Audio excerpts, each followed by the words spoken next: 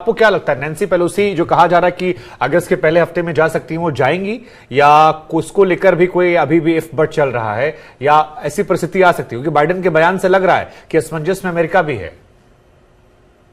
बिल्कुल सही। अमेरिका तो असमंजस में है क्योंकि ये बड़ा अभी कैच 22 सिचुएशन हो गया है, अनाउंस हो गया है ना करें, क्योंकि इससे पहले जो लास्ट विजिट थी स्पीकर की वो 97 में थी मेरे ख्याल, तो अब अनाउंस हो गया है और अभी नहीं कर रहे हैं, तो इसमें तो यूएस की क्रेडिबिलिटी बहुत ही डाउन हो जाएगी, और वो पहली डाउन है after the Russia Ukraine war.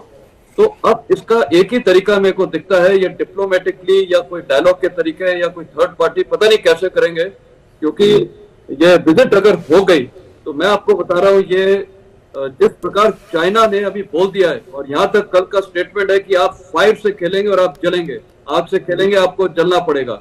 तो कोई डाउट नहीं है कि अगर ये एयरक्राफ्ट वहां पर आता है नैन्सी पेलोसी का, उसको वो लैंड नहीं करने देंगे।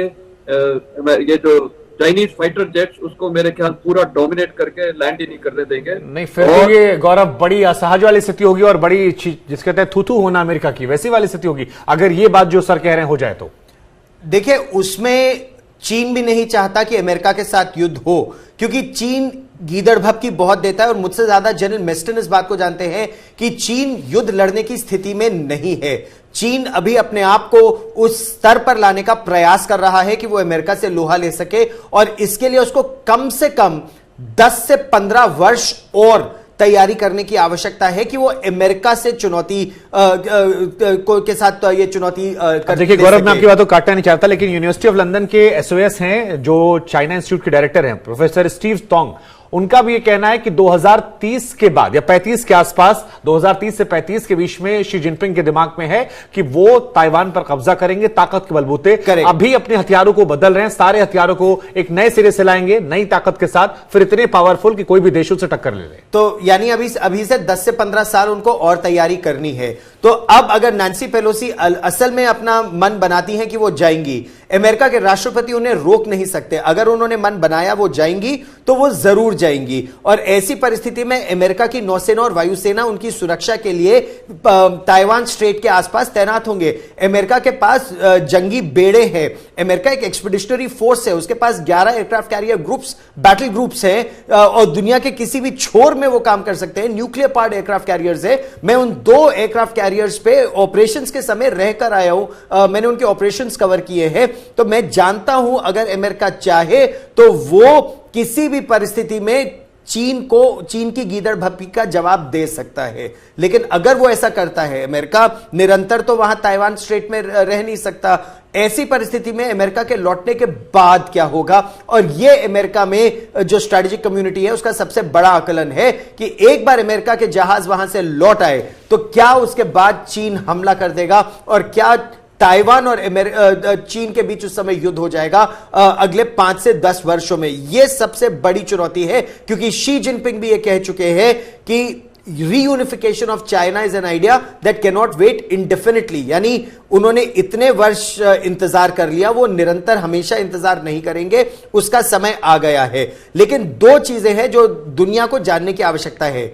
चीन डराता है, चीन धमकाता है, लेकिन चीन के पास वो सैन्य क्षमता इस समय नहीं है। और ये हमने गलवान में भी देख लिया, लद्दाख में भी देख लिया, डोकलाम में भी देख लिया, और जनरल साहब ने तो अपनी ब्रिगेड वहां कमांड की है। वो जानते हैं कि वो जामपेरी रिज पर नहीं आ पाया, तो अब वो दूसरा रास्ता निकाल रहा है सिक्किम में हमारे चिकन्स नेक को थ्रेटन करने के लिए। वो प्रयास निरंतर करता है, प्रयास में कोई कमी नहीं है, लेकिन वो भी जानता है फिलहाल उसके पास वो शक्ति नहीं है, वो डराता है। अगर आप डर गए तो वो आगे बढ़ जाएगा, अगर आपने पलटवार किया तो वो ठिठक जाएगा। नहीं तो जनरल मेस्टन, वो अमेरिका जो पूरी दुनिया को अपने काबू में रखता है, क्या वो इस बात को समझ नहीं पा रहा, ड्रैगन की नीतियों को जान नहीं पा रहा, या ये बाइडेन प्रशासन की लचरता है जिसकी वजह से ये स्थिति आज अमेरिका के सामने आई है?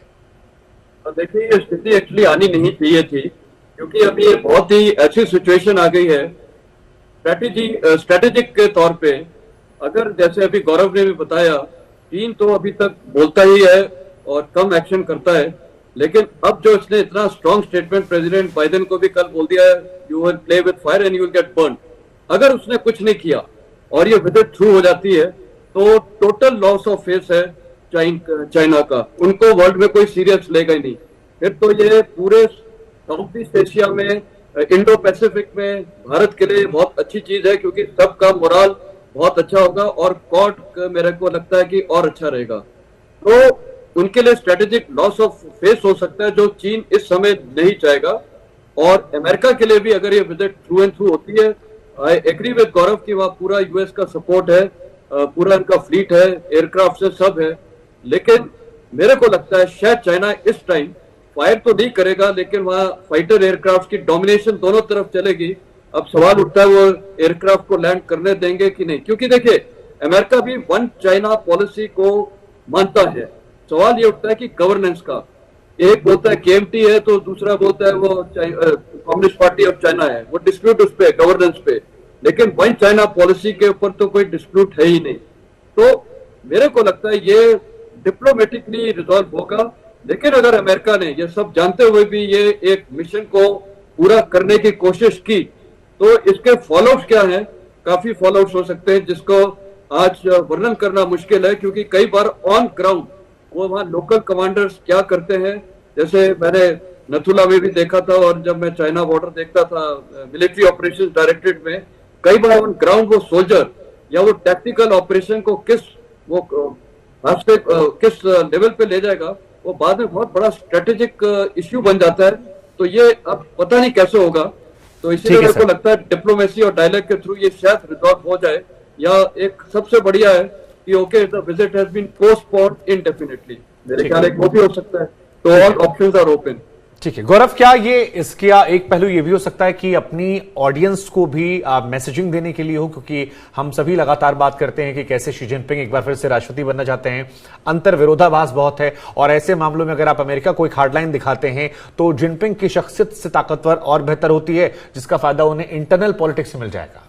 कोशिश उनकी यही है, लेकिन क्या अमेरिका ये चाहेगा कि Xi Jinping unprecedented third term लेकर माओ जेडोंग के बाद सबसे ताकतवर राष्ट्रपति के रूप में उभरे, चीन में आज सबसे ताकतवर नेता के रूप में उभरे? क्योंकि चाइना की जो आंतरिक स्थिति है, हालांकि खबरें बहुत छन छन कर बाहर आती हैं, पूरी खबर कई बार आती भी नहीं, लेकिन ये पहली बार है जब चाइना की इकोनॉमी इतनी डावाडोल है कि वहां पर बैंक से लोगों को पैसे नहीं मिल रहे हैं, सड़कों पर टैंक कई शहरों में आ गए हैं, वहां बाढ़ की स्थिति कुछ जगहों पर आई तो उससे स्थिति डावाडोल है, कोरोना के बाद वहां बहुत ज्यादा तनाव है। तो अगर आप हर दिशा में देखें तो चाइना की स्थिति भी इस समय गंभीर है। लोग बैंक से पैसा निकालने जाते हैं, उनको पैसा नहीं निकालने दिया जाता, तो नाराजगी वहां भी बहुत ज्यादा लोगों में है।